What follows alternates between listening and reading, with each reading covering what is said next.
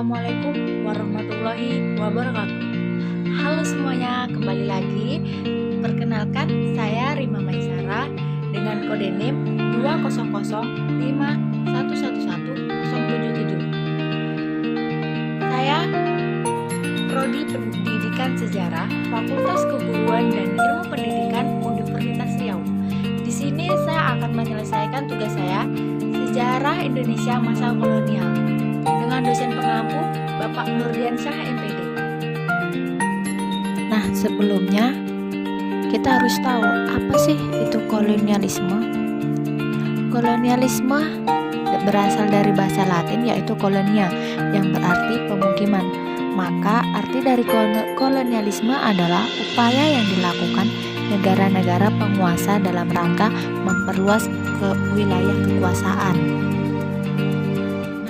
Masa penjajahan kolonial juga merupakan masa di mana kita pertama kali menggunakan uang sebagai alat pembayaran tenaga kerja. Ya, negara Indonesia juga pernah dijajah oleh beberapa negara atau bangsa lain seperti Portugis, Inggris, Belanda, hingga Jepang.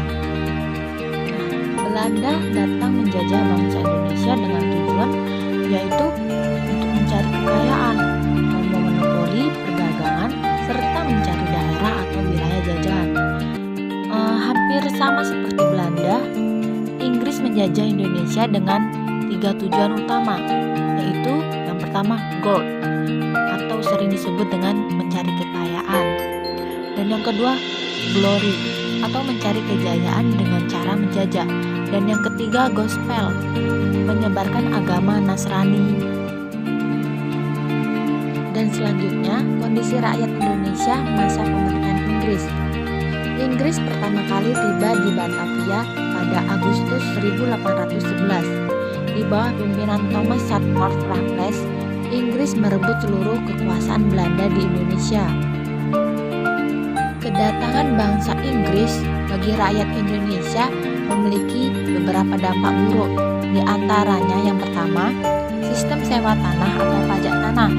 Raffles menganggap satu-satunya pemilik tanah yang sah adalah pemerintah, sehingga rakyat menjadi penyewa dan diwajibkan membayar pajak sewa dari tanah yang diolahnya. Dan yang kedua, persaingan tidak sehat, di mana penguasa pribumi dengan modal kecil akan kalah bersaing dengan pedagang besar atau yang memiliki modal besar, dikarenakan mereka yang memiliki modal besar akan mendapatkan pintu politik terbuka. Dan yang ketiga, pengekangan kekuasaan kerajaan. Meskipun ada beberapa kerajaan yang sudah dijanjikan untuk mendapatkan porsi yang lebih besar, tetapi saja dilakukan pengekangan kekuasaan. Selanjutnya, kedatangan bangsa Portugis ke Indonesia. Portugis datang ke Indonesia pada tahun 1509 sampai 1595. Portugis merupakan negara penjajah Indonesia pertama yang berhasil masuk dan menjajah. Salah satu tokoh yang penting yaitu Afonso de Albuquerque. Portugis berhasil mengenalkan Nusantara ke kehidupan dunia Eropa. Awal kedatangan Portugis adalah ke daerah Maluku untuk mencari rempah-rempah. Kedatangannya pun disambut hangat oleh raja dan rakyat Maluku pada saat itu. Hingga akhirnya Portugis melanggar aturan yang telah disepakati dengan menerapkan praktik monopoli yang tidak sehat. Penjajahan yang dilakukan bangsa Portugis mengeluar ke berbagai penjuru Indonesia. Salah satunya adalah Pulau Jawa. Pada tahun 1602 datang pasukan Belanda yang mengalahkan pasukan Portugis, hingga akhirnya kolonialisasi yang dilakukan oleh Portugis tersebut berakhir. Selanjutnya, kedatangan bangsa Jepang ke Indonesia pada tahun 1942 sampai 1945. Awal kedatangannya pada 8 Maret 1942. Jepang berniat baik dengan berencana membantu kemerdekaan Indonesia. Namun lama-kelamaan mereka menunjukkan sikap diktator dan kejam, yaitu sistem kerja paksa yang disebut sebagai Romusa.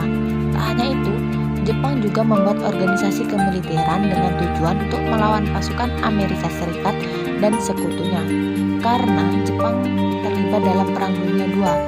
Dan pada akhirnya Jepang mengalami kekalahan karena kota Hiroshima dan Nagasaki di Jepang dijatuhkan bom atom oleh Amerika Serikat. Setelah itu Jepang diambang kekalahan dan akhirnya ia menepati janjinya untuk membantu memerdekakan Indonesia.